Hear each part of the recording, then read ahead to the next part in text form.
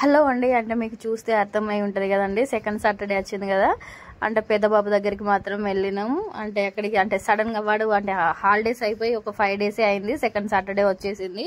వాడిని మండే పంపించినాం. అంటే మండే వాడు వెళ్ళడానికి మీరు సెకండ్ సాటర్డే వస్తేనే వెళ్తాం లేకుంటే లేదన్నారు. ఇక వాళ్ళ మేడాలు ఫోన్ చేసి వద్దు అవసరం లేదు, అంటే మీరు వచ్చి 1 వీక్ కూడా కావట్లేదు కదా, వద్దు మళ్ళీ ఎప్పుడైనా రండి అన్నారు. కానీ అట్లా అన్నాడు కదా, మళ్ళీ వాడు ఫీల్ అవుతాడని వెళ్ళినాం. అంటే ఎవరు రారు అనుకున్నాము. నేను అసలు ఫుడ్ కూడా ఏం ప్రిపేర్ చేయలేదు. మా ఆయన మాత్రం అంటే వేరే వర్క్ ఉండే అటే వెళ్తాను అన్న వల్ల చిన్న బాబు నన్ను అక్కడ దింపేసి ఒక బిర్యానీ తెచ్చివు, వాడు తింటాడు కదా ఇష్టంగా, అన్ని ఐటమ్స్ అయితే మొన్ననే కొన్నాం కదా అనేసరికి సరే అన్నాడు. మాకు ఇది కొనిచ్చి ఆయన మాత్రం వేరే పనికి వెళ్ళిండు. కానీ ఇక లాస్ట్ తినుడు అయిపోయినాక ఇక వాళ్ళు రమ్మనే ముందు మళ్ళీ డాడీ వస్తేనే నేను వెళ్తా, డాడీ అసలు రానే లేదు అని, డాడీ ఉంటేనే వెళ్తాను మళ్ళీ లాస్ట్లో పెట్టిండు.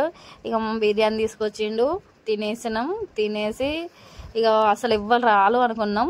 మళ్ళీ మేము తినడు మొదలు పెట్టినాం. ఇక అప్పటి వరకు మళ్ళీ ఒకరి తర్వాత ఒకరు అంటే కొంచెం దగ్గరలో ఉన్న వాళ్ళు మాత్రం బాగానే మంది వచ్చిండ్రు. ఇక మళ్ళీ అక్కడ నుంచి ఇక రైస్ తినేసిన తర్వాత ఇక అదొకటి ఇదొకటి మాట్లాడుతున్నాం.